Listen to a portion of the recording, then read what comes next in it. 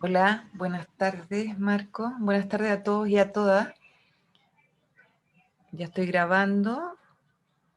Vamos a partir hoy día la clase del miércoles 21 de abril. Y en esta sesión lo que vamos a hacer es seguir ejerciendo, perdón, seguir resolviendo ejercicios de recursividad, al igual que en la clase anterior, donde estudiamos qué era la recursividad y resolvimos algunos ejercicios. Como esta semana era semana mechona y había suspensión de clase, nosotros igual hicimos clase, yo voy a dejar los videos grabados en el aula virtual. Y si ustedes leyeron ayer su correo, yo mandé un correo indicando que se recalendarizaban las fechas de las evaluaciones, porque el certamen del módulo 2 era el día lunes, y la tarea del módulo 2 había que publicarla el lunes para que ustedes la entregaran el día viernes. Entonces, lo que hicimos fue recalendarizar. El día viernes se va a publicar la tarea para que ustedes la empiecen a desarrollar fuera de la semana mechona, y la tendrían que entregar el martes. Y en esa tarea van a tener que aplicar el uso de modularidad. O sea, van a tener que programar usando funciones. No necesariamente esas funciones tienen que ser recursivas, pueden ser todas iterativas. En la prueba, que va a ser el día miércoles, ahí sí van a haber dos ejercicios, y uno de esos ejercicios va a ser desarrollar una función iterativa y el otro una función recursiva. Entonces, vamos a partir la clase. Yo les voy a compartir el cuestionario que habíamos estado desarrollando en la sesión pasada. Habían quedado algunos ejercicios pendientes.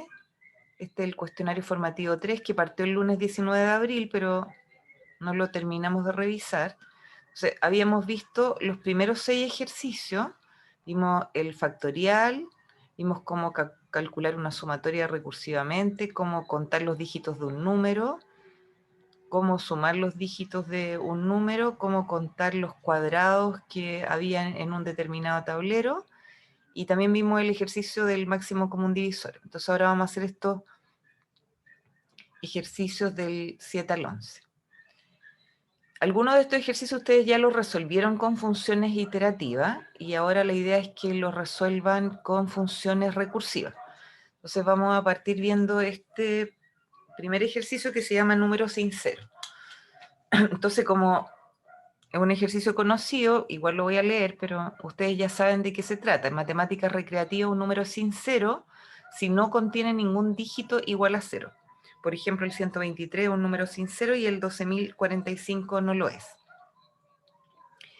Me piden completar un código en C que permita leer un número entero positivo de 8 bytes, en este caso un unsigned long long o unsigned long, que es equivalente, y determinar si eso no es sincero, mostrando el correspondiente mensaje por pantalla. Y además me aseguran que el número ingresado es mayor o igual a 0. Entonces, si yo miro este código, incluyen dos bibliotecas, la Standard Input Output para poder usar la función print format y scan format, y la Standard Bool, que me permite usar el tipo bool. Y acá se define una constante simbólica psi, que tiene asociada la ejecución de una función, que es una función que imprime que el número es sincero. Y la constante simbólica no, que tiene asociada una función que imprime que el número no es sincero. En realidad, en vez de constantes simbólicas, estas son macros, porque asociado como a un nombre o un identificador hay una función que se ejecuta. Y acá tenemos la función es sincero prototipada, retorna un booleano y recibe un número entero largo sin signo. Tenemos la función principal, acá se declara el número, se lee el número y se pregunta si es sincero. Si es sincero, se imprime que es sincero, y si no, se imprime que no es sincero. Entonces, la tarea de ustedes en este ejercicio es definir una función en C recursiva llamada sincero, que reciba como parámetro un valor de tipo unsigned long long y que almacene el número a analizar, y esa función tiene que determinar si el número recibido es sincero, en cuyo caso va a retornar verdadero, y si no, va a retornar falso. Pero hay que programarla de manera recursiva, no iterativa, porque me están pidiendo acá que sea recursiva. Entonces vamos a tomar el prototipo y la vamos a programar. Acuérdense que siempre uno tiene que hacer, antes de programar la función, hay que hacer un diseño como inicial para saber cuáles son los casos base y cuáles son los casos recursivos. Entonces, en este caso, la función es sincero, va a recibir un número y puede retornar dos valores posibles. Un valor posible es verdadero, ¿no es cierto? Y el otro valor posible es falso. Entonces, lo que yo tengo que identificar es cuándo retorno verdadero y cuándo retorno falso. Entonces, aquí lo que tenemos que hacer es identificar justamente eso.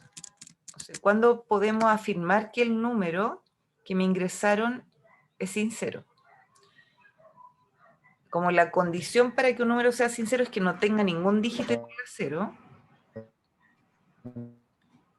lo que yo tengo que hacer es tomar ese número y... Claro, cuando ninguno de los dígitos es 0, ¿no es cierto? Entonces, esto va a ser verdadero cuando ninguno de los dígitos es 0. Ninguno.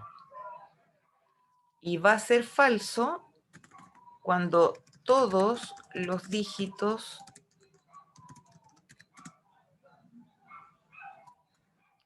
no todos, alguno de los dígitos era 0. Cualquiera de los dígitos era 0. Entonces, para programarla tengo que considerar cuándo se cumple que ninguno de los dígitos es 0 y cuándo se cumple que alguno de los dígitos era 0. Entonces, aquí yo voy a tener que poner el caso base y el caso recursivo. Entonces, ¿cuál sería, mirando este ejercicio, un caso base? Acá puede haber más de un caso base. Ahora, tenemos que pensar que también nos pueden ingresar un 0 de entrada. Si nos acordamos del método iterativo, nosotros iteramos hasta que el número fuera 0. Entonces, uno podría pensar acá que el caso base es que el número sea 0, y si el número fuese 0, yo podría retornar falso. Pero ahí tengo que diferenciar en el fondo si el número inicial es 0 o si llegué a 0, porque si el número inicial es 0, yo tengo que retornar falso, pero si llegué a 0 quiere decir que saqué todos los dígitos del número y ninguno era 0. Entonces, antes de preguntar eso, lo que debería preguntar, porque si no, no nos va a funcionar la recursividad, antes de preguntar si el número es 0, porque que el número sea 0 puede significar dos cosas. Que no es sincero porque es el 0, o que llegué a 0 y que el número en realidad sí era sincero. Entonces, lo primero que debo preguntar es si el número módulo 10 es igual a 0. O sea, si el último dígito del número que me están entregando en esa llamada a la función tiene un dígito último que es el dígito 0, porque en ese caso vamos a retornar falso. Entonces, si por ejemplo estoy procesando el número 0, 0 módulo 10 me va a dar 0, por lo tanto voy a decir que no es sincero. Pero si estoy procesando el 1200, también debería decir que no es sincero. Si estoy procesando el 103, cuando le saque el 3 y me quede el 10, también debería decir que no es sincero. Entonces, si el número módulo 10 es 0, voy a retornar falso. Si no, si en el fondo esto no se cumple, yo debería preguntar si el número que me queda, al dividirlo por 10, me da un valor distinto de 0. Porque si el número que me queda al dividirlo por 10 me da un valor distinto de 0, eso quiere decir que estoy procesando el penúltimo dígito que me queda. Entonces en ese caso voy a retornar una llamada recursiva, o el penúltimo dígito o el antepenúltimo o cualquiera de los dígitos que están hacia la izquierda del número. Entonces, en ese caso, yo debería retornar, si el número módulo 10 es distinto de 0, debería retornar una llamada recursiva de sin 0 y debería traspasarle ese número dividido por 10. ¿Para qué? Para que el número vaya perdiendo dígitos y yo pueda irlo analizando por partes. Y si eso no se cumple, o sea, si el número al dividirlo por 10 no es distinto de 0, sino que es igual a 0, quiere decir que me queda solo el último dígito, y como ese último dígito en el fondo no es un 0, es cualquier otro valor distinto a 0, 1, 2, 3, 4, 5, 6, 7, 8 o 9, entonces yo debería decir que el número sí cumplió con ser sincero. Y ahí yo tengo la solución recursiva. Si el número módulo 10 es 0, retorno falso. Si el número dividido por 10 es distinto de 0, retorno una llamada recursiva es sincero, se vuelve a ejecutar, pero con el número dividido en 10, y si no, retorno verdadero. Y esto lo puedo probar, por ejemplo, con estos casos de prueba. Si el número fuera 1, en la primera llamada a es sincero, vamos a poner acá, aquí en los comentarios, para que después vean cómo se rutea. Entonces voy a preguntar si es sincero 1, esa va a ser la primera llamada. Como 1 módulo 10 no es 0, no voy a retornar falso, voy a preguntar si 1 partido por 10 es distinto de 0, y 1 partido por 10 no es distinto de 0, entonces voy a retornar verdadero. Aquí lo que se va a retornar es verdadero. Eso es lo que se va a retornar en ese caso. Y es correcto porque el número 1 sí es sincero. Ahora, si el número fuese, supongamos que ahora estamos en otro caso de prueba, el número fuese 0, voy a evaluar esto y voy a ver qué pasa. Si el número es 0, 0 módulo 10 es igual a 0, ¿no es cierto? Si yo 0 lo divido por 10, el resto es 0. Entonces voy a retornar falso.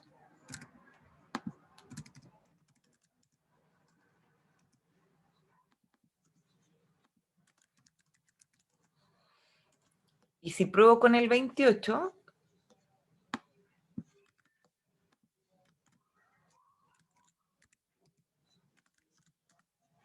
pruebo con el 28, 28 módulo 10 es igual a 0, no, 28 módulo 10 es 8. Entonces voy a entrar al else. 28 partido por 10 me da un valor distinto de 0, sí, porque 28 partido por 10 es 2. Entonces aquí tengo que volver a llamar a sincero y ahora le voy a traspasar 28 partido por 10, o sea, le voy a traspasar el valor 2. Y se va a volver a ejecutar esta función. Entonces, como el número es 2, 2 módulo 10 igual a 0, no. Entonces, si no, 2 partido por 10 distinto de 0, no, es 0. Entonces voy a retornar verdadero. Voy a retornar verdadero. Y así lo puedo probar con otros números. Por ejemplo, podría ver si es sincero el 123. 123 sí debería ser sincero. Entonces, si me ingresan el 123, 123 módulo 10 igual a 0, no, porque es 3. 123 partido por 10 distinto de 0, sí, entonces se vuelve a llamar a sincero, pero con el valor 12. Al volver a llamar a la función, este número vale 12. 12 módulo 10 es 0, no, es 2. 12 dividido por 10 es distinto de 0, sí, entonces se vuelve a llamar a sincero con el valor 1. Cuando este número vale 1, 1 módulo 10 igual a 0, no. 1 partido por 10 distinto de 0, no. Entonces va a retornar verdadero. Y ahora vamos a probar con un caso donde el número no sea sincero, por ejemplo el 1023.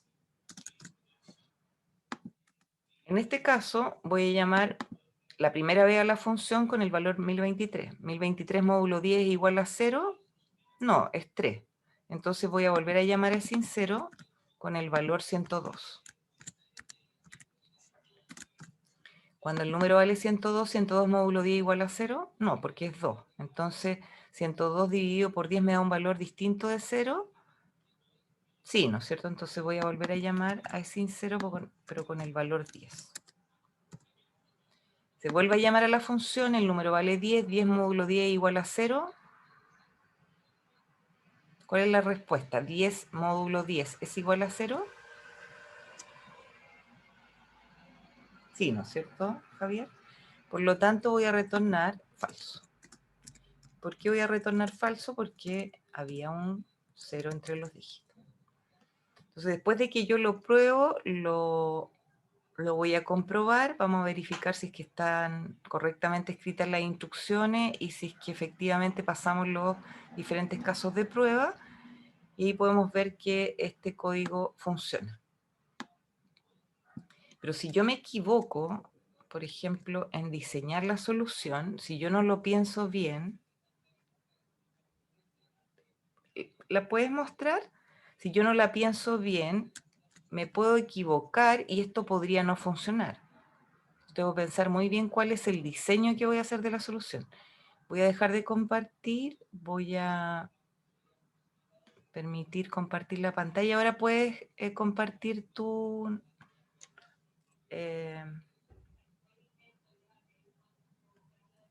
Nazar, pues, o sea, André, perdón. ¿Se ve? Sí. Yo lo hice de esta manera, pero no sé si, o sea, me salió de la nada esto. Claro, ahí por ejemplo tú hiciste, si el número es 0, retorna falso, porque en el fondo quiere decir que ese número inicialmente es 0. Sí, Y inicial. el número inicialmente no es 0 y pregunta si el número es menor a 10, pero como ya sabes que no era 0, entonces cuando tú preguntas en la línea 4 si es menor a 10, estás preguntando si es 1, 2, 3, 4, 5, 6, 7, 8, 9. Y en ese caso retornas verdadero, que está ok. Y si no se cumple ninguna de las anteriores, quiere decir que el número es un número, que tiene más de 2 dígitos. Entonces, ¿por qué te funcionó? Porque si tú sacas el módulo de módulo 10, ese valor va a ser 0 o va a ser distinto a 0, ¿no es cierto? Sí. Si tú lo multiplicas por lo que retorna sin 0, si ese valor es 0, no importa lo que retorne sin 0, todo se va a hacer falso. En cambio, si es distinto de 0, ese in0 va a permanecer con un valor o verdadero o falso según se haya identificado en las dos líneas previas. Y por eso funciona. Igual esa Ah. solución, yo no sé si la sacaste de algún lado porque es una No, no, me solución... salió a mí. porque igual es una solución como súper... es como súper... creativa, es como excepcional la solución, porque efectivamente, como el 0 en este lenguaje es falso, y como cualquier cosa distinta de 0 es verdadero, al multiplicar el valor de verdad de la función por 0 cuando encuentras un dígito 0, claro, se va a hacer todo 0 y va a retornar ese resultado. Pero si no fuese 0, vas a retornar verdadero. Así que está ok, pero es más difícil como de diseñar que la que les mostré yo. Pero igual Sí, sí, está, sí, más está ok. fácil la Es más suya. difícil de pensar en eso porque ahí tú te estás valiendo como de esta propiedad que tiene el lenguaje, que el 0 es falso y el 1 es verdadero. Por ejemplo, si tú ingresaras el número 123, vas a preguntar si el número 123 es 0 y eso no es verdad, entonces no vas a retornar nada. Como el número no es menor que 10, vas a calcular 123 módulo 10 es 3. y 3 por es sincero el 123 partido por 10, que es 12, entonces analiza si es sincero el 12.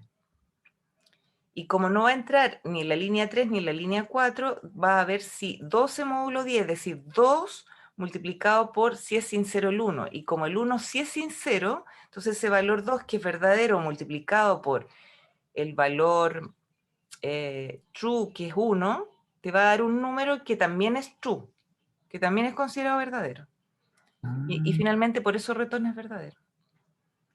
entiendo. También está correcta, pero es difícil como que a uno se le ocurran esas soluciones así como en una prueba. Sí, sí, no sé si me salió desde así de repente. Pero Entonces, está correcta por esta lógica que yo te explico, que el 0 es falso y cualquier cosa distinta de 0 es verdadero. Entonces, si encuentra un dígito 0, va a transformar el resultado final en falso. ahora entendí. Y es otra manera de resolverlo.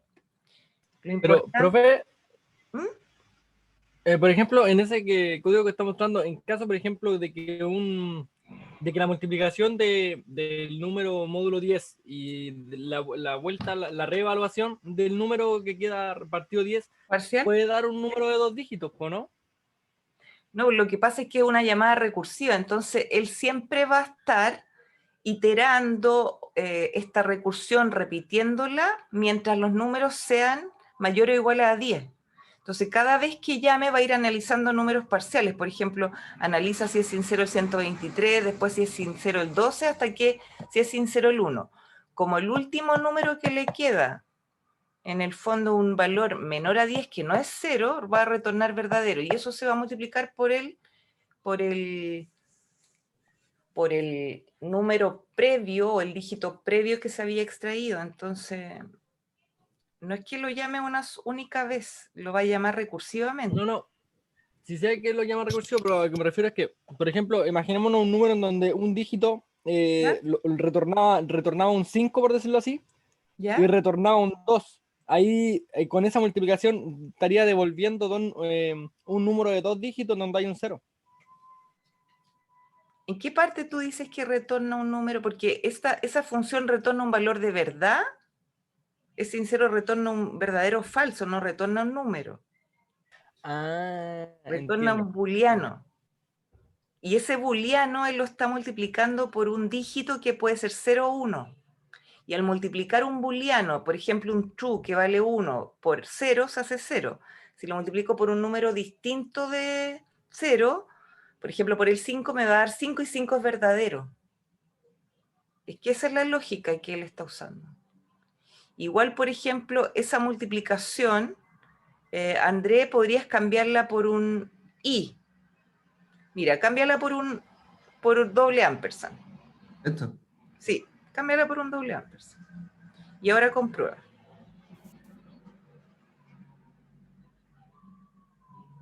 También funciona, Ah, porque la multiplicación es un AND, ¿no es cierto?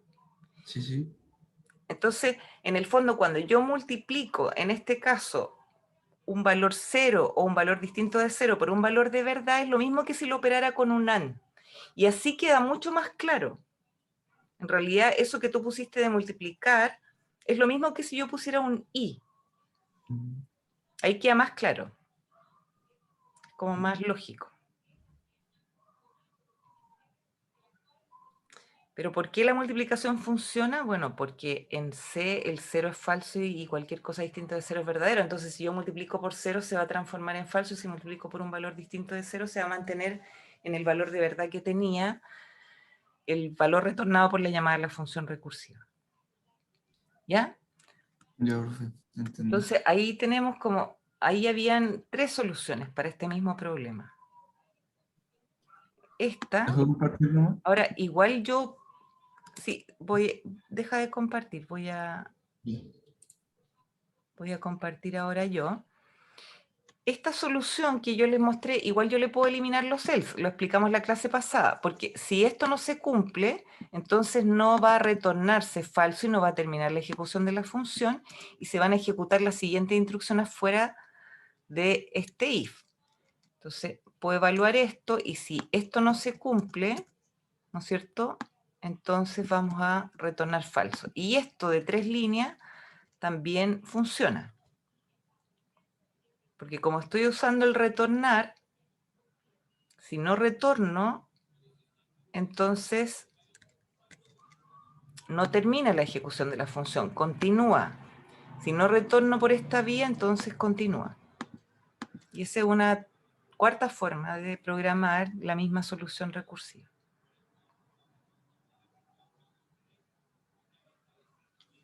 Vamos a ver el siguiente ejercicio, que es el 8, y lo van a tratar de hacer ustedes. Acá, esta es la conjetura de Collatz que nosotros la hicimos con funciones iterativas. Entonces ahora la van a resolver con funciones recursivas. Uno de los enigmas matemáticos más conocidos es la conjetura de Collatz, ¿no es cierto?, que dice que empiezas con un número entero cualquiera, si es par lo divides por 2, si es impar lo multiplicas por 3 y le sumas 1. Y después aplicas la misma regla del resultado. Lo que desconcierta es que no importa con qué número empieces, siempre llegarás al 4 que se convierte en 2 y que termina en 1. Por ejemplo, si empezamos con 5, como es impar, lo multiplico por 3, le sumo 1, me queda 16, como es par, lo divido por 2, me queda 8, como es par, lo divido por 2, me queda 4, y como es par, lo divido por 2, me queda 2, y como es par, lo divido por 2, me queda 1 y termina. Entonces me piden que escriba un programa modular que reciba un entero positivo e imprima por pantalla la secuencia de números obtenidos al aplicar la conjetura de Collatz. Que el programa sea modular, como ya sabemos, es que hay que programar más funciones además de la main. Y acá me dan un input, que es un número n, y acá me piden validar que n esté entre 1 y este valor, que son 100.000 millones. Entonces aquí me ingresan un valor que está fuera del intervalo, acá también, acá también, acá también, y este valor está dentro del intervalo. Una vez que validé y leí el valor de n, muestro la secuencia de Collatz. Ahora, la secuencia de Collatz, la función que muestra la secuencia, debe ser recursiva. Y lo que debe hacer es mostrar la secuencia de números desde el inicial hasta el número 1. Entonces lo van a tratar de hacer. Este ya es un programa completo, no me dan un programa para completar. Tengo que, en el fondo, programar todo. Ustedes van a programar la función Collatz. Yo acá les voy a mostrar como el esqueleto del programa. Entonces, en este caso, vamos a declarar un valor n, lo vamos a declarar como un unsigned long. Lo podríamos declarar como un unsigned long solamente si me ingresaran un dato válido, pero si yo miro, como me van a ingresar datos no válidos, entonces no puedo declararlo como unsigned long, porque necesito eventualmente almacenar valores negativos para poder validar que esté dentro del intervalo que yo quiero. Entonces, si bien el valor debería ser siempre un entero sin signo, como tengo que validar, lo voy a declarar como un long. Acá vamos a poner long número. Y vamos a validar ese número y lo podemos hacer llamando una función que se llame validar número, leer y validar. Le vamos a llamar acá leer, validar. Y esa función puede recibir el número que yo lo inicializo acá, supongamos que en 0, puede recibir una copia de ese número, leer el nuevo valor, validar que esté entre 1 y 100.000 millones y retornarlo. O también podemos hacerlo de la siguiente forma, leer, validar, que es llamarlo como una función procedural y traspasarle la dirección de este número para que la modifique. Entonces en el leer, validar van a leer un número y van a validar que esté en el intervalo, y si no van a repetir la lectura. Y luego vamos a llamar a otra función procedural que se llame secuencia de Collatz, que a partir del número me muestre la secuencia hasta terminar en 1. Y ese sería como el esqueleto del programa. Y acá deberíamos prototipar estas funciones. Vamos a prototiparla. Leer, validar va a recibir un puntero long porque queremos modificarlo, que salga modificado. Y secuencia de Collatz no va a retornar nada, va a imprimir internamente cada uno de los valores y va a recibir el número inicial, el número de partida. Y ustedes van a programar esas dos funciones. Entonces les voy a dar unos minutos, yo voy a pausar. Ya, lo vamos a revisar para que podamos ver los otros ejercicios. Entonces, primero vamos a programar el leer validar, que no es una función recursiva, sino que es una función iterativa. Acá vamos a recibir un puntero al número ingresado y vamos a validar. Para validar, habitualmente uno usa el do while, que es muy útil para validar.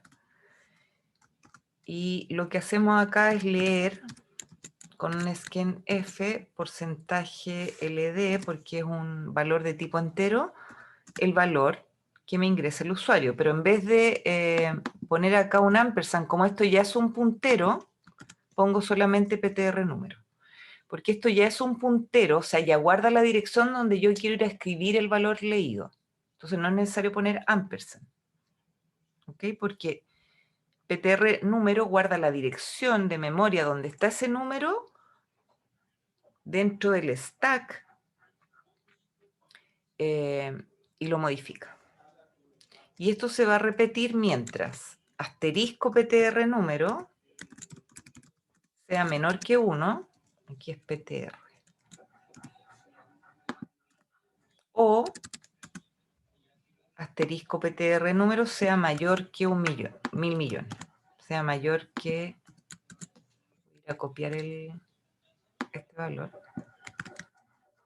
sea mayor que 1.000 millones. Entonces, aquí estoy leyendo y validando. Aquí recibo la dirección de memoria de la variable número, voy a leer un dato y lo voy a escribir sobre esa dirección y después voy a referenciar la dirección para ver si era menor que 1 o mayor que este valor límite superior y voy a volver a repetir. ¿Se entiende hasta ahí la parte de leer validar? Aquí no es necesario, como les decía, poner ampersand, no tiene sentido porque esto ya es un puntero. Y yo aquí estoy haciendo un traspaso, ¿no es cierto?, que simula el traspaso por referencia de Pascal. Y ahora lo que hacemos es programar la secuencia de Collatz, esta, y aquí lo que queremos es imprimir números hasta que el número sea 1. Entonces, partimos la secuencia imprimiendo el número. Vamos a poner porcentaje LD, espacio, y vamos a imprimir el número. Vamos a imprimir el número inicial, no importa cuál sea, lo vamos a imprimir. Y luego vamos a preguntar si el número es 1. Si el número es 1, entonces vamos a ejecutar un return, punto y coma. Y eso permite que termine la función. Porque si el número es 1, se imprime el 1 y termina la ejecución de la función. Y si el número no era 1, aquí yo puedo poner un else o omitirlo, como ya les expliqué en la clase pasada. Voy a preguntar si el número es par o impar. Si el número es par, entonces lo que vamos a hacer es llamar a esta función, como es void, no voy a poner return, voy a llamarla como una instrucción, porque es una función procedural, pero le voy a traspasar el número dividido en 2. Y si no es el número par, tengo que llamar a la función y traspasarle el número, pero no dividido en 2, sino que multiplicado por 3 y aumentado en una unidad. Y esto en el fondo va a ser llamadas recursivas a secuencia de Collatz hasta que el número sea 1. Este es el caso base, cuando el número es 1 termino, y estos serían los casos recursivos, dependiendo de si el número es par, llamo recursivamente dividiendo el número en 2, y si es impar, llamo recursivamente multiplicando el número por 3 y sumándole 1. Esa es una forma de hacerlo. Y ahora vamos a comprobar y ahí podemos verificar que pasamos los casos de prueba, que leímos efectivamente el número inicial y lo validamos y que además imprimimos la secuencia de Collatz. ¿Se entiende? Ahora, esto también lo podemos cambiar, podemos como programarlo de una manera diferente. Por ejemplo, yo podría acá, en vez de poner si número igual a 1, return, podría poner si número es distinto de 1, entonces que haga esto. Y si no, entonces la función va a terminar porque no hay ninguna instrucción que ejecutar. Y eso también va a funcionar y va a pasar todos los casos de prueba. Esa es otra manera de programarlo. Si el número es diferente, hago las llamadas recursivas y si no, termina la función de ejecutarse. Entonces, por ejemplo, si el número que me ingresan al llamar a secuencia de Collatz, supongamos que fuese el 14, entonces voy a imprimir el número. Aquí lo primero que se va a hacer, aquí yo voy a ir mostrando cómo es la salida. Vamos a imprimir el 14 y un espacio, y luego voy a preguntar si el número es distinto de 1. Como es distinto de 1 y es par, voy a llamar nuevamente a la secuencia de Collatz, pero ahora con el valor 14 partido por 2, que es 7. Entonces, esto se vuelve a ejecutar completamente. Acuérdense que se apila en el stack con nuevas variables locales. En este caso, los parámetros formales también son variables locales que se guardan en el stack. Aquí el número vale 7, voy a imprimir el número 7, un espacio, y voy a preguntar si es distinto de 1. Y como es impar, lo multiplico por 3 y le sumo 1. Entonces me va a quedar 22. Entonces voy a llamar acá nuevamente a secuencia de Collatz con el valor 22. Este número vale 22, lo voy a imprimir. Me salto un espacio, como es distinto de 1 y es par, voy a llamar a secuencia de Collatz con el valor 11. Vuelvo a llamar a la función, el número parte en 11, lo imprimo. Como es distinto de 1 y es impar, lo multiplico por 3 y le sumo 1, entonces vuelvo a llamar a secuencia de Collatz, pero con el valor 34, que es 33 más 1. Se vuelve a llamar, esto vale 34, lo imprimo. Como es distinto de 1 y es par, lo divido por 2, entonces vuelvo a llamar a la función, pero ahora con el valor 17. El número vale 17, lo imprimo. Como es distinto de 1 y es impar, vuelvo a llamar a la función con el valor 3 por 17 más 1, que sería 52.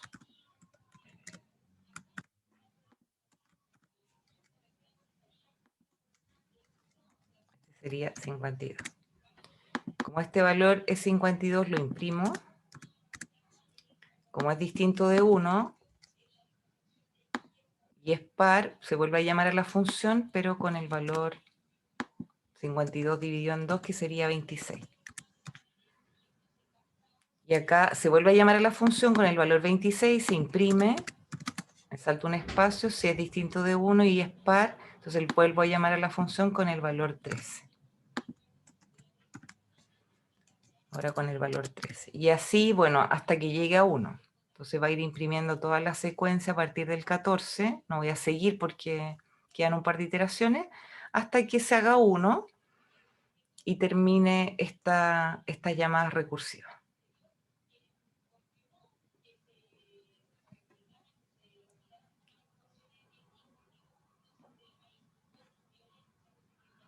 En este caso, si yo lo programo así como si número distinto 1, no debería retornar nada, porque si no entra a este bloque, ¿no es cierto? Si no ejecuta este bloque de código, no hay ninguna instrucción después, entonces va a terminar la ejecución de la función. A mí me gusta más la versión que dice si número es igual a 1, retorna nada, porque es void, y si no, entonces ejecuta este bloque. Porque como es más clara, si el número 1 finaliza la ejecución sin retornar nada, y si no, llama a la función recursivamente, y como es procedural, la llamo como una instrucción, no con un return, porque no va a retornar nada. Entonces ahí tenemos ya resuelto este ejercicio. Ahora, cualquiera de los ejercicios que hemos hecho antes lo podemos hacer recursivo. Y la idea es que ustedes también practiquen programar todo lo que ya han programado iterativo o recursivo. Aquí hay otro ejercicio que se llama la multiplicación rusa, que también lo hicieron de forma iterativa. Dice el método de la multiplicación rusa, también conocido como método del campesino, es un algoritmo matemático que permite multiplicar números sin la necesidad de conocer las tablas de multiplicación. Y consiste en multiplicar sucesivamente por 2 el multiplicando y dividir por 2 el multiplicador, hasta que el multiplicador tome el valor de 1. Luego se suman todos los multiplicandos correspondientes a los multiplicadores impares. Dicha suma es el producto de los dos números. Entonces aquí tengo el 37 por el 12, 37 por 12. Verifico si el multiplicador es impar. Si es impar, sumo el multiplicando, lo acumulo. Luego divido este por 2 y obtengo la parte entera y este lo amplifico por 2. Me queda 18/24. Como el multiplicador no es impar, no acumulo el multiplicando. Y este lo divido por 2, me queda 9 y este lo amplifico y me queda 48. Como este, si es impar, entonces acumulo el multiplicando. 48 más 12 me da 60. Después, este lo divido por 2, me queda 4 y este lo multiplico por 2 y me queda 96. Como este multiplicador no es impar, no se acumula el multiplicando. Luego este se divide por 2 y este se amplifica. Como este no es impar, no se acumula el multiplicando. Y luego este se divide por 2 y este se amplifica. Y como este multiplicador es 1 y es impar, se acumula, ¿no es cierto?, el multiplicando. 384 más 60 me da 444, que es la multiplicación de 37 por 12, a través de este método del campesino. Entonces me piden, escriba una función recursiva que reciba como parámetros formales dos números enteros, el multiplicador y el multiplicando en ese orden. Calcule el producto de ambos números y lo retorne. Y además la función deberá ir mostrando los valores parciales del multiplicador y el multiplicando, tal como se muestran los ejemplos de ejecución. La función deberá tener el siguiente prototipo. Multiplicación rusa, retorna un entero y recibe un entero que es el multiplicador y un entero que es el multiplicando. Entonces aquí tengo el prototipo. Acá en la función main el multiplicando y el multiplicador. Los leo.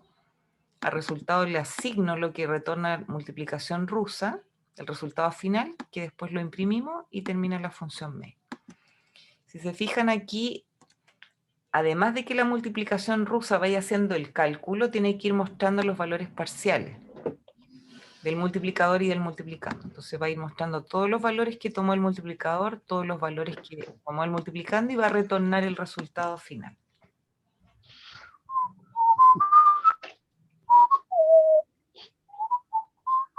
Víctor tiene el micrófono encendido.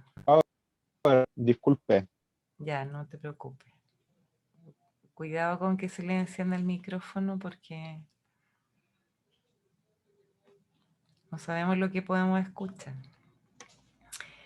Entonces, acá lo que tienen que hacer es solamente completar el código. Ejercicio, Dime. se supone que hay un contador. Entonces, pero ¿cómo uno puede inicializar el contador en 0 dentro de la función sin que recursivamente quede en 0 todo el rato? Es que aquí no hay un contador, porque acá me dicen que ese es el prototipo y lo que recibo es el multiplicador y el multiplicando y nada más. Entonces no puedes usar un No, sí sé, pero si como para quisiera, inicializar uno que vaya acumulando la suma de los multiplicandos.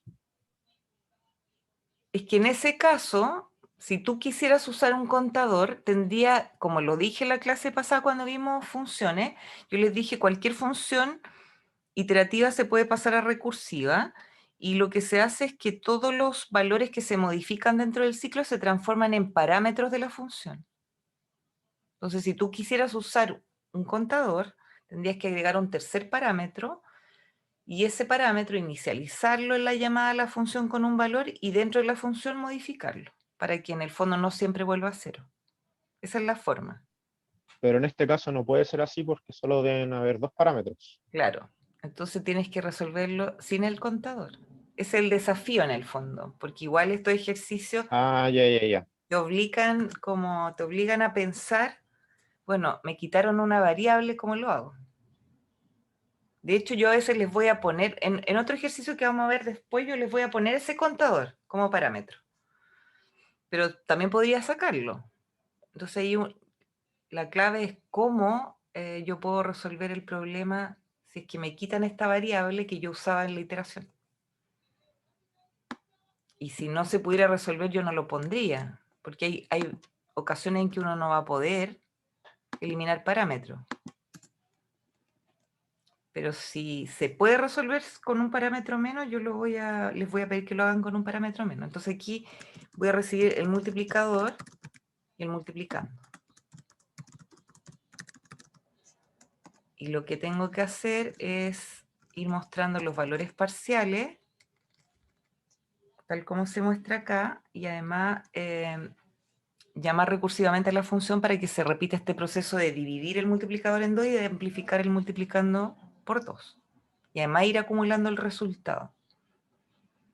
Acuérdense un poco de cuando hicimos la sumatoria de valores de i hasta e, nos sumamos los dígitos, ¿cuál era el mecanismo que usábamos para acumular la suma? Aquí puse multiplicador y es multiplicador.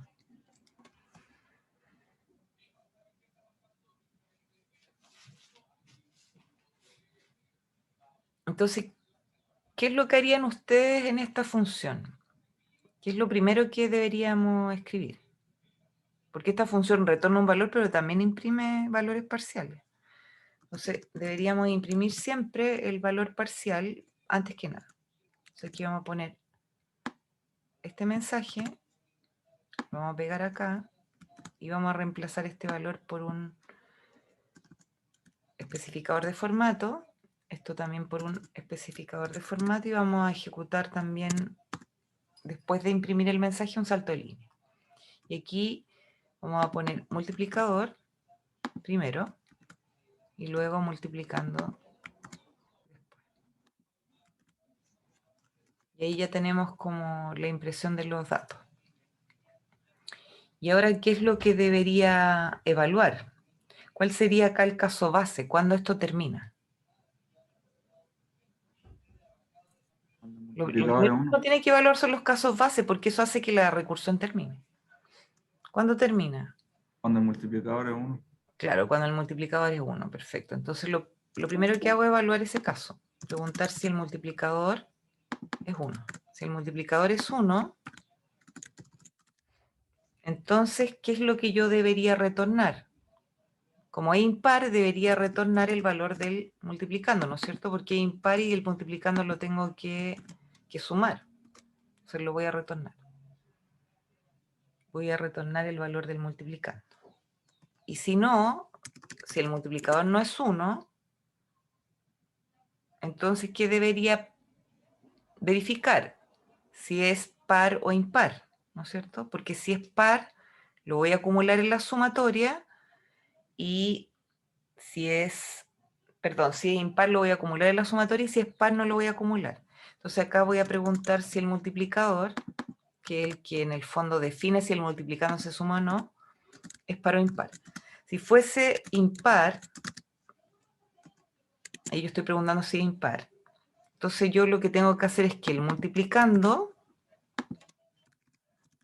sea retornado más el valor que me entrega la multiplicación rusa al tomar el primer parámetro, que es el multiplicador, y dividirlo por 2, y tomar el segundo parámetro, que es el multiplicando, y multiplicarlo por 2. Y si no, si el multiplicador no es un número impar, entonces solamente voy a retornar lo que se obtiene al llamar a multiplicación rusa, dividiendo el multiplicador por 2 y amplificando el multiplicando por 2. Y esos serían los casos recursivos posibles. El caso base es este, multiplicador es 1, entonces retorna el multiplicando la multiplicación rusa. Si es impar, al multiplicando le suma el resultado de la siguiente llamada. Y si no, solamente retorna el resultado de la siguiente llamada. Y ahí tenemos el programa listo sin usar iteraciones. No deberían aparecer acá ciclos, porque si no ya no es recursivo. Salvo que tuviéramos ciclos anidados Y uno de los ciclos lo reemplazamos por la recursión y el otro ciclo lo mantenemos, pero no es este el caso. En este caso no habían ciclos anidados. Aquí yo tengo que, me está diciendo que la declaración, puse print. Aquí, era printf.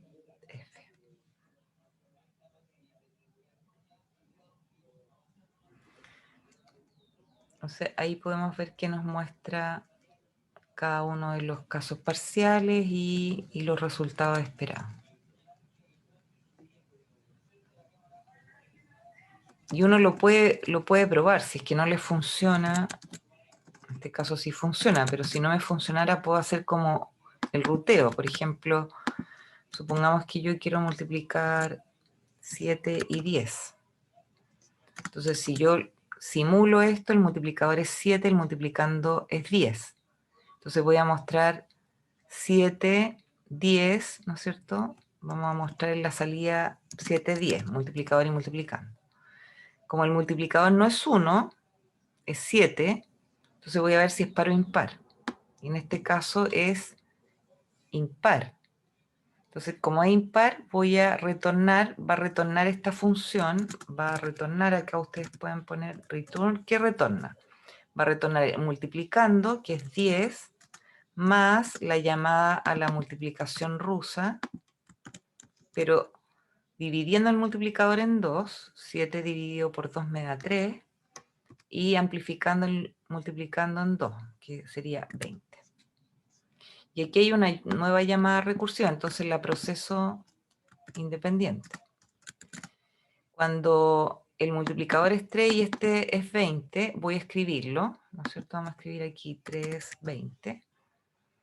Si el multiplicador fuese 1, retorna el multiplicando, pero no es el caso. Entonces, si no, si el multiplicador es impar, entonces voy a retornar el multiplicando,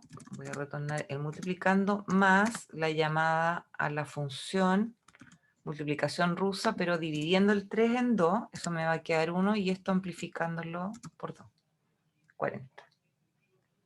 Entonces aquí me va a quedar multiplicación rusa de 1 y 40.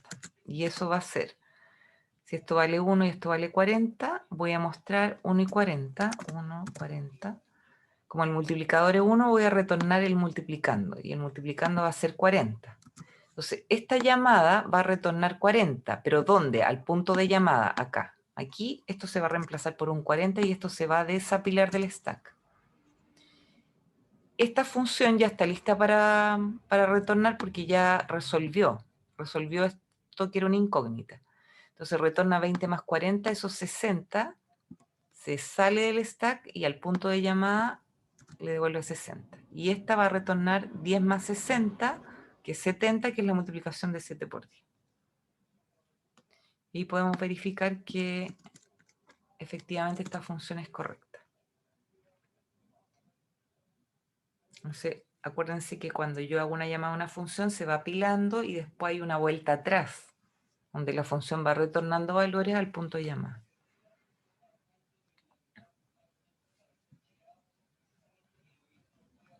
¿Se entendió el ejercicio?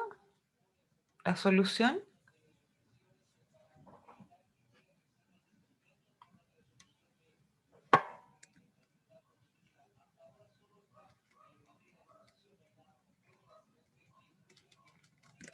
Entonces vamos a ver el...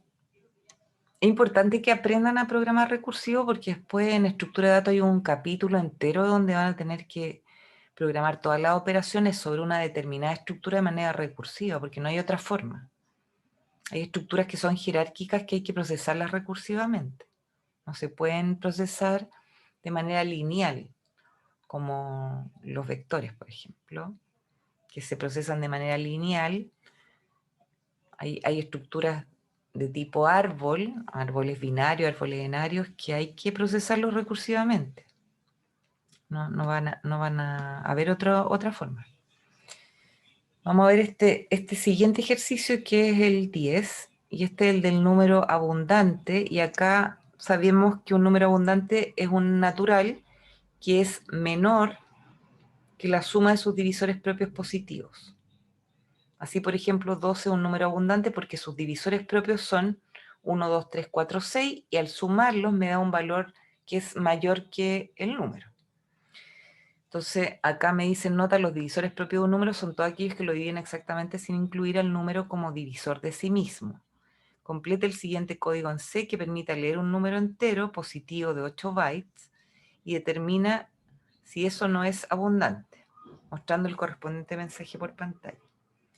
Se asegura que el número ingresado es mayor a 0 y es computable. ¿Qué significa que es computable? Que no es un número tan grande que en el fondo el programa no lo va a poder procesar porque se va a demorar demasiado tiempo.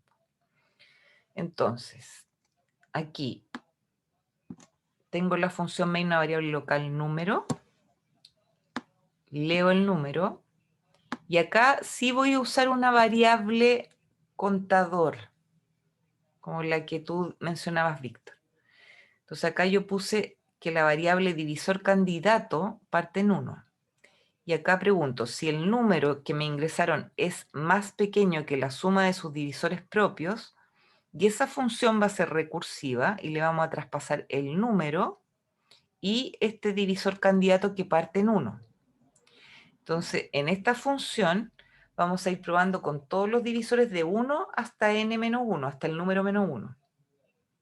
Y si encontramos que en ese intervalo hay algún número que divide exactamente a este número, lo vamos a ir acumulando en la suma de divisores. Pero esa tercera variable donde acumulamos no la vamos a usar porque la podemos omitir. Entonces, Profe, ahí no hay que como definir anteriormente la función, ¿cierto? Ya que va a estar arriba. claro, porque va a estar arriba. Entonces, cuando me ponen tu función se copiará acá, quiere decir que no es necesario prototiparla, que es solamente hay que programarla. Si me dicen que se va a copiar debajo del main, me dan el prototipo. O a veces podrían no darme el prototipo ni darme la definición y yo tendría que completar el programa poniendo el prototipo y poniendo la definición. O sea, acá la idea es que ustedes solamente definan la función. Entonces tienen que definir esta función recursiva que recibe dos parámetros formales. El primero es el número, ¿no es cierto?, al cual se le van a sumar los divisores, y divisor candidato va a ser cada uno de los divisores candidatos con los que voy a probar desde 1 hasta el número -1. Y por eso acá me dicen, fíjate que el valor inicial es 1. Entonces, este parámetro va a ir siendo modificado. Y ese es el parámetro que voy a usar como el parámetro que me permite detectar cuando se cumple el caso base. Entonces, aquí el programa va a mostrar que 12 es abundante, que 6 no es abundante porque es un número perfecto y 28 no es abundante porque es un número perfecto. Entonces, solamente tengo que programar suma divisores y no me dan el prototipo, entonces yo tengo que inferirlo. Aquí si yo voy a comparar número con suma divisores tiene que ser unsigned long long. Entonces pongo eso. Y suma divisores no le puedo cambiar el nombre porque si no me va a arrojar un error. No es como que yo le ponga el nombre que quiera. Y aquí recibe un número que es unsigned long long y recibe un divisor candidato que también es unsigned long long. Entonces va a recibir dos parámetros, el número y unsigned long long, el divisor candidato. Esos dos parámetros va a recibir. Ahí les muestro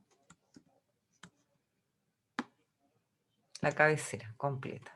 Y acá ponemos las llaves y empezamos a programar. Yo voy a aumentar eso. Ustedes ya vieron el... Entonces, aquí tengo que pensar, bueno, ¿cuál es? Siempre tengo que diseñar la solución antes. Tengo que hacer el ejercicio de diseñar y pensar cuál es el caso base, cuál es el caso recursivo. O sea, aquí, ¿cuál sería el caso base? ¿Cuándo termina la recursividad? Acuérdense que queremos sumar los divisores propios, los divisores alícuotas, o sea, los divisores entre 1 y el número -1. Cuando el contador alcance a número partido de 2. Pero aquí los divisores propios que quiero sumar están bajo la raíz sobre la raíz. O bajo la mitad del número y sobre la mitad del número. O tú estás seguro. ¿Dijiste la raíz o la mitad? Me confundí. Dijiste la La mitad. mitad dice. Ah, dijiste la mitad. Ya, ok. Sí, te entendí la raíz, o pensé la raíz cuando hablaste. ¿Ya? Ese puede ser un caso base, ¿no es cierto? Entonces aquí yo puedo preguntar si el divisor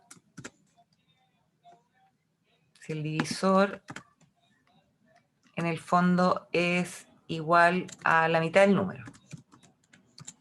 Igual a la mitad del número. Y en ese caso, ¿qué es lo que deberíamos retornar?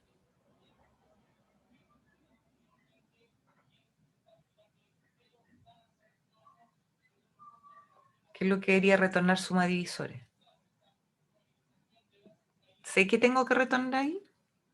Si hiciera esa pregunta, divisor igual a la mitad del número, ¿sé lo que tengo que retornar? ¿O dijiste si el divisor es mayor que la mitad del número? No dijiste igual a la mitad del número, ¿no? Acá sabemos qué es lo que tenemos que retornar. Eso depende si número partido por 2 me da como resto 0, ¿no es cierto? Porque puede ser que en el fondo ese número no tenga mitad, o puede ser que sí tenga una mitad exacta. Por ejemplo, si el número fuera 14, claro, tiene una mitad. Pero si el número fuera 13, no hay. No sé qué es lo que me conviene acá preguntar.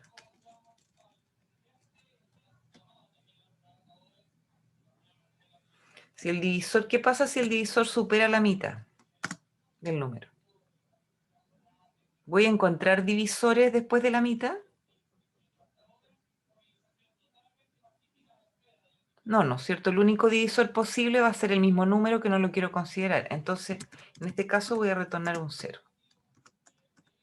Si el divisor supera el número partido por 2, entonces retorno 0, porque quiere decir que ya no hay más divisores aparte del mismo número. Y si no, ¿cuáles serían los casos que me quedan? ¿Recursivos o base? ¿Hay otros casos base? ¿O este sería el único caso base?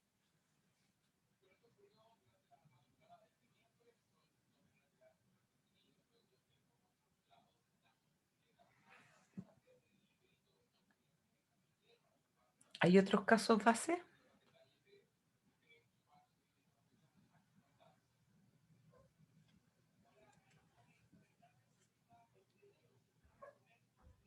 No, ¿no es cierto? Porque en el fondo, si yo estoy analizando los divisores, voy a analizar todos los divisores entre 1 y el número menos 1, o entre 1 y la mitad del número como máximo. Entonces, ese es el único caso base. Y después nos quedan los casos recursivos. Aquí vamos a preguntar si el número, al dividirlo por este divisor candidato, me da como resto 0. Y si me da como resto 0, entonces lo que yo debería hacer es retornar ese divisor más la llamada recursiva a suma de divisores, traspasando el mismo número siempre, pero aumentando el divisor en una unidad, para probar con el siguiente divisor. Y si eso no se cumple, solamente debería retornar esta suma de divisores, aumentando siempre el divisor en una unidad, porque ese divisor con el que acabo de probar no es divisor del número, entonces no lo voy a acumular. Aquí en el fondo está el caso de que si lo acumulo, no lo acumulo. Y ahora deberíamos verificar si es que efectivamente esto resuelve mi problema. Y vamos a ver si es que pasamos los casos de prueba. Y ahí efectivamente, si yo estoy evaluando un divisor que es mayor que la mitad del número, ese divisor solamente podría ser el mismo número y no me interesa considerarlo, entonces retorno 0 y termino la ejecución de la función. Y si todavía no he llegado a ese punto, entonces voy a ir verificando si cada divisor es divisor exacto del número, lo acumulo, y si no, no lo acumulo. ¿Lo entienden? ¿Entienden la solución? Esto hay que practicarlo harto porque no es tan fácil programar recursivamente así, sin práctica. Entonces, por ejemplo, si yo tuviera, no sé, pues el número 12, acá el divisor candidato parte en 1.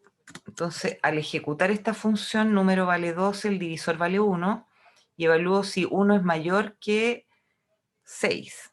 Y como no es mayor que 6, entonces pregunto si 12 es divisible por 1. Y como es divisible por 1, esto va a retornar 1 más una llamada recursiva suma de divisores, pero aumentando el divisor en una unidad. Ahora vale 2. Entonces, esta llamada, si esto vale 12 y el divisor vale 2, esto no se va a cumplir, ¿no es cierto? 2 no es mayor que 6. Entonces voy a ver si 2 es divisible por 2, entonces voy a retornar, o la función va a retornar el 2 más la suma de divisores propio de 12,3. 12,3. Y ahí hay una nueva llamada. Entonces se vuelve a ejecutar la función, pero ahora el número vale 12, el divisor vale 3.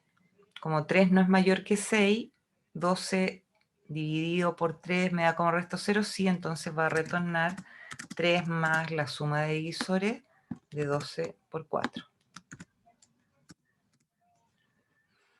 Y aquí es una nueva llamada, ahora el número es 12, el divisor es 4, 4 no es mayor que 6, entonces verifico si 12 es divisible por 4, entonces se va a retornar 4 más la suma de divisores de 12,5.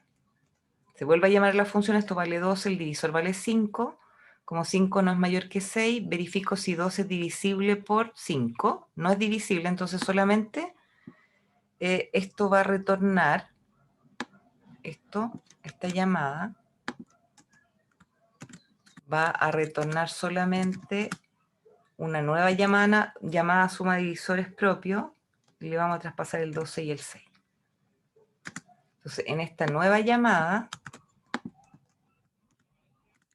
el número vale 12, el divisor vale 6.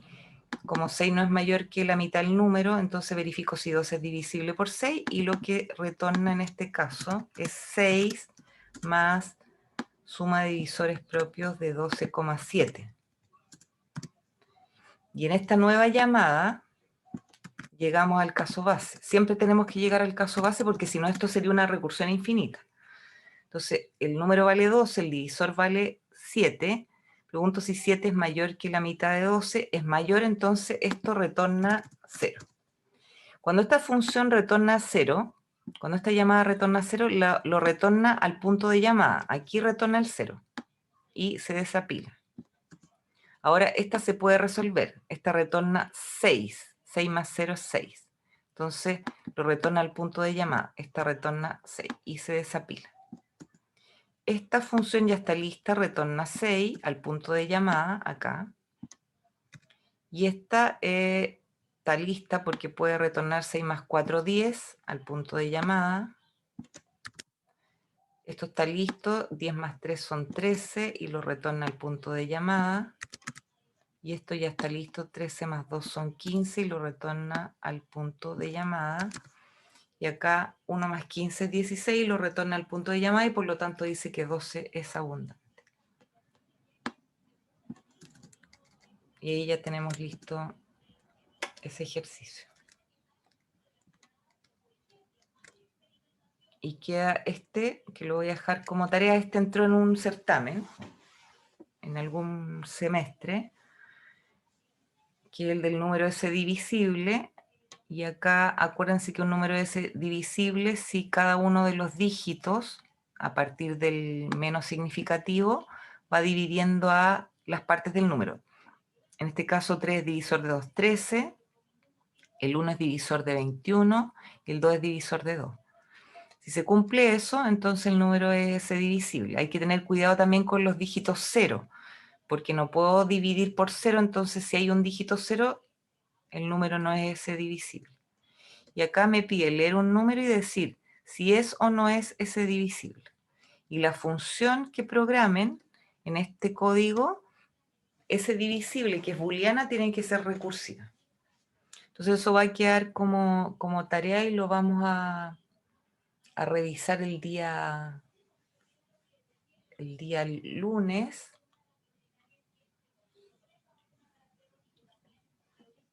El lunes vamos a hacer un ensayo de prueba y en ese ensayo de prueba el que tenga buena nota va a tener puntos bases para la prueba del módulo 2. Entonces vamos a llegar hasta acá. ¿Les queda claro? Yo sé que hay que practicar, porque si no es imposible que adquieran la habilidad de resolver problemas recursivos. Entonces, traten de practicar, hagan esta guía, la anterior también traten de hacerla como... Profe, una pregunta. Dime. ¿En la 11 es necesario que la función tenga que ser del tipo booleana o puede ser de tipo void? Puede ser, en este caso, idealmente que sea booleana o entera y que retorne un valor de verdad. Porque si no, en el fondo vas a hacer el análisis dentro de la función y vas a imprimir el resultado dentro de la función. Entonces la idea es que tu programa llame a la función para saber si imprimir sí o no. Haz el ejercicio de esa manera porque es más desafiante que imprimir dentro de la función sí o no. Y porque además recuerda que en la prueba yo te voy a pedir que completes un código y yo te voy a decir cómo tienes que programar la función, tú no vas a poder elegir. Entonces trata de hacerlo de las dos formas. Eso sería una buena alternativa, resolverlo como void y resolverlo como booleana. Así practicas el doble. Y en los ejercicios de las funciones iterativas también traten de hacerlo recursivamente. Por ejemplo, la suma descendente, el polidivisible, el de los palitos de fósforo, porque cualquiera de esos yo les puedo pedir en la prueba que lo resuelvan recursivo y deberían saber hacerlo. Es como el objetivo, el propósito de esta unidad. Que aprendan diseño descendente, el uso de funciones propias, la programación de funciones propias y la técnica de recursividad. Que no es una técnica óptima porque usa mucha memoria, pero es una técnica que a veces vamos a tener que utilizar para manipular ciertas estructuras o ciertos tipos de datos. Obligatoriamente los vamos a tener que usar porque es más simple hacerlo recursivo que iterativo. Si no hay más preguntas, entonces acuérdense que pueden escribirme si tienen dudas con la corrección de la prueba.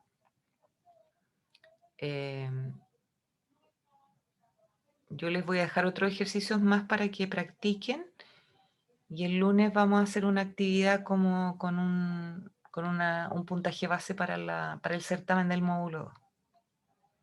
Por si no les va tan bien para que puedan subir su nota. ¿Ya? Nos despedimos entonces. Voy a